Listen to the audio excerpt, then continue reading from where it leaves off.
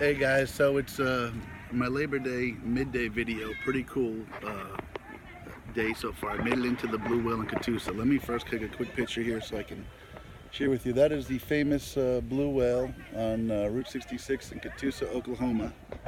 And I just wanted to you also see how y'all doing. I'm not wearing my yellow shirt, which might be the only second time in 8 weeks. One time I just slept in a different shirt.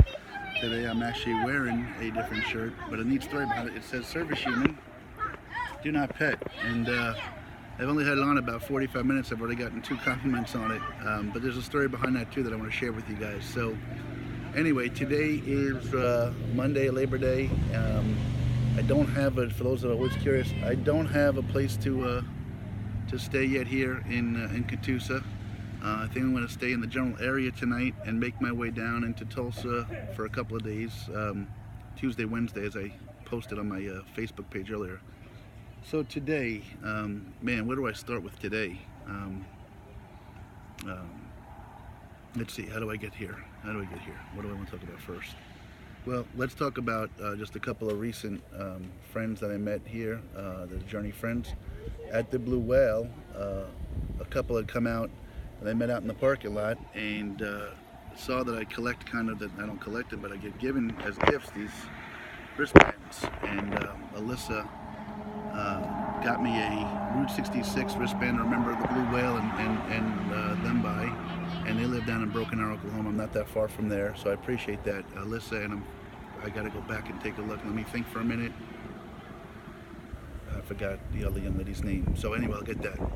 But they came out and said, hey, the young lady inside the Blue Whale was expecting you. She heard you were coming, and she said that she has to ask you a couple questions and has a drink for you if you need one. So I went up and met Kara, who I also posted here not long ago. And Kara was, I thought she was funny, because I walked in with Kara, and she said, all right, I got questions for you. My mom's going to get mad at me if I don't ask these questions. So she had a little pad out and a pen, said, so why are you doing what you're doing? And she started to ask me what I'm doing, why I'm doing what I'm doing.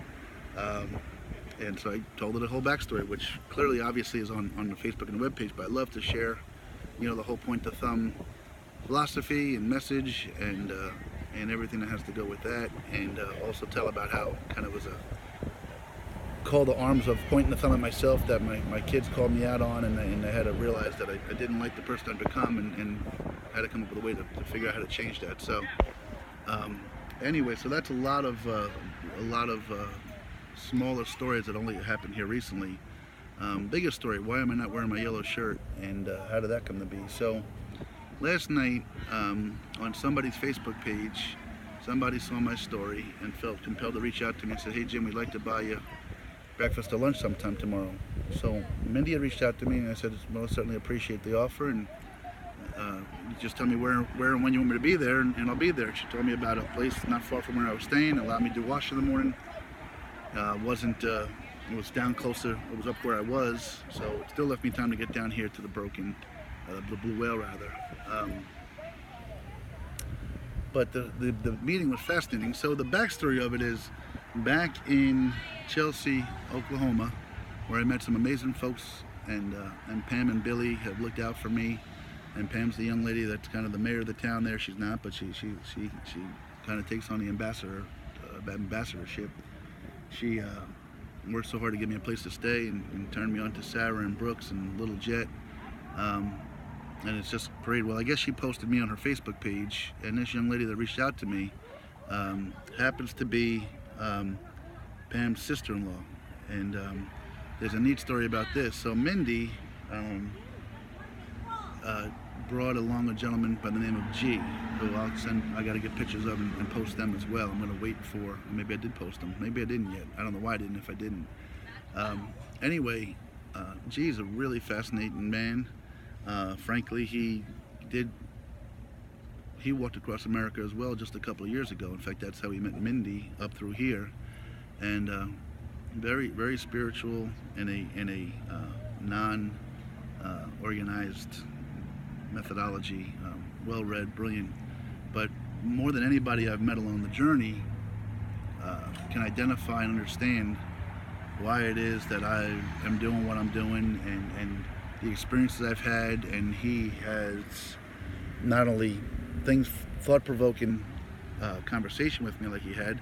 He had some suggestions. In fact, he gave me a backpack which looks to be about the size of a football and about 1.5 pounds, when the backpack I've been carrying is this monstrosity. It weighs 5 pounds, which doesn't sound like a lot, but 5 pounds over 20 miles a day, over 7 days a week, is a bit of a burden. So shared some suggestions about the journey and how to get through.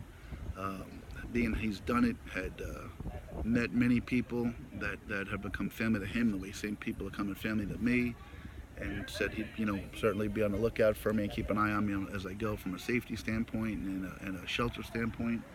But like I said, I found him, my head was going to, usually I get 1 or 2 tidbits from a conversation that I want to hang my hat on as my learning thing, and my head was exploding talking to him. But there were 2 things that'll come about that I want to talk about. Not just G, but first of all, as a chef, and apparently when they brought me back to his house and Mindy's house to get the sleeping bag, they gave me some homemade ice cream he made. Oh my God! He made an apple pie and a butter pecan and what was the other one? Chocolate and strawberry. Unbelievable, delicious. Little tiny scoops about this big were so delicious. Now I understand why gourmet food is served so in little portions. It was brilliant. Anyway, that's not what I took away from it.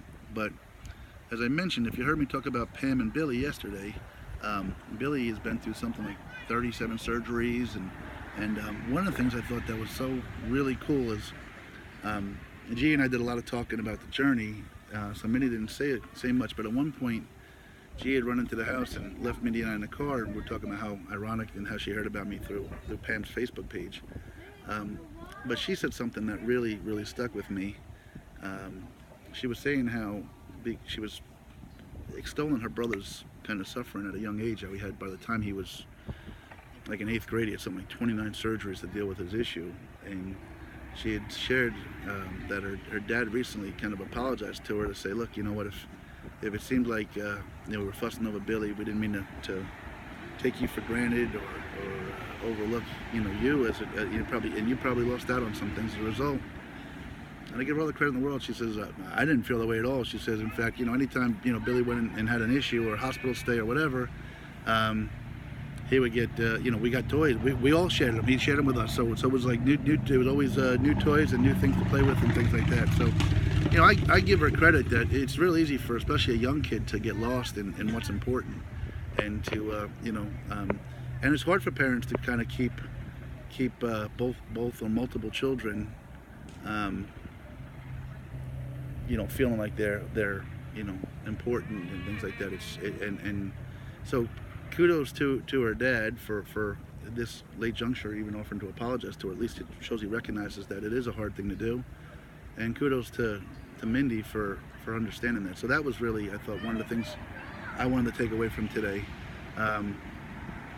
But then there was so much about G and that he shared with me, and he more than anybody understands that the journey is about the people, and there's just so much to it. There's so many layers of it, like an onion that peel back, that have just been just crazy, phenomenal. And to be able to just sit there and listen to him talk about what he calls fellowship and spreading the ministry of just humanity was just really enthralling. But the one thing that every time he said something that hit me, I said, that's the one I'm going to kind of try to remember. And then 8 of those later, I'd forgotten about the previous. So, but the one thing that struck me was talking about people and humanity, and we were talking about where I think people are all still heroes to everybody. We're just kind of becoming different with stuff. He gave an example that, growing up, he had all these neighbors and knew all these neighbors. Now people take their cars, and I see it every day. I've seen it on this journey with several people that have welcomed me to their homes, but they take those cars and they press a button and the garage door goes up. And they drive into that garage door, and then they close the door behind them, and then they open their car door and walk into a side door in their home, and they get in their home. And that's another thing that's, from safety and privacy, we've also stopped,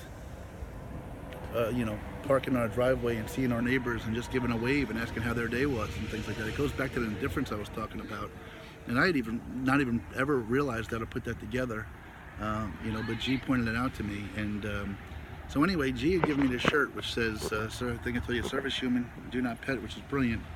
And we also had many good suggestions for me on the journey that I really appreciate and respect. And some will come out in the book and some won't. And he's talked about his own visions of books and movies, and how certain things aren't important at all, and just how he got through it. It was just a wonderful day, a wonderful couple of hours spent with him. I shouldn't say day, the day's still going, but a wonderful moment of the day to share that time with him. And again, it all just kind of dominoes. I met Pam through someone reaching out to her about my journey, and then she posted on my Facebook, and here's Mindy reaching out, who knows G, who did what I did, and just phenomenal. So I love everybody today that has been following and supporting me. G, certainly G and Mindy, I love you guys for doing what you're doing, and for supporting me the way you did and sharing with me, and giving me the gift of the backpack, which, by the way, so let me share with you something very cool that I will be jettisoning soon. So, okay, so here was, look down below, and you've got the gym backpack. Let me try to do it from a distance here. So up here, I wish I could turn this thing around for videos I can. But anyway, that big thing is the gym backpack. The little blue one's the G backpack.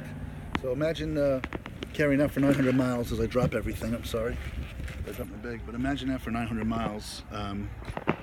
Just been crazy, and what a wonderful offer. So anyway, guys, I'll wrap this up and post it. I got to get a hold of my kids. I spoke to them earlier today, and I'm going to speak to them again. They're off today, so I miss them, love them. And again, I don't have a place set up yet. Sorry for yawning. I'm old. I need my midday nap. I guess my midday nap. I don't take naps, but I need to start. So maybe I'll just pull on the side of the road and nap away. But anyway, so I'm in Catoosa. I'm going to stay in Catoosa, I think, or pretty close to it. If you know anybody out there, just tell them I'll be around today, tonight, walking around town, I'm sure, finding somewhere to sit. Love you all. Tomorrow, next 2 days in Tulsa, and we'll go from there. So thanks for following, guys. I love you so much. Please feel free to email me, text me, call me, any questions or anything I can answer for you guys or help you in any way. I'd be more than happy to. Love you all. Thank you.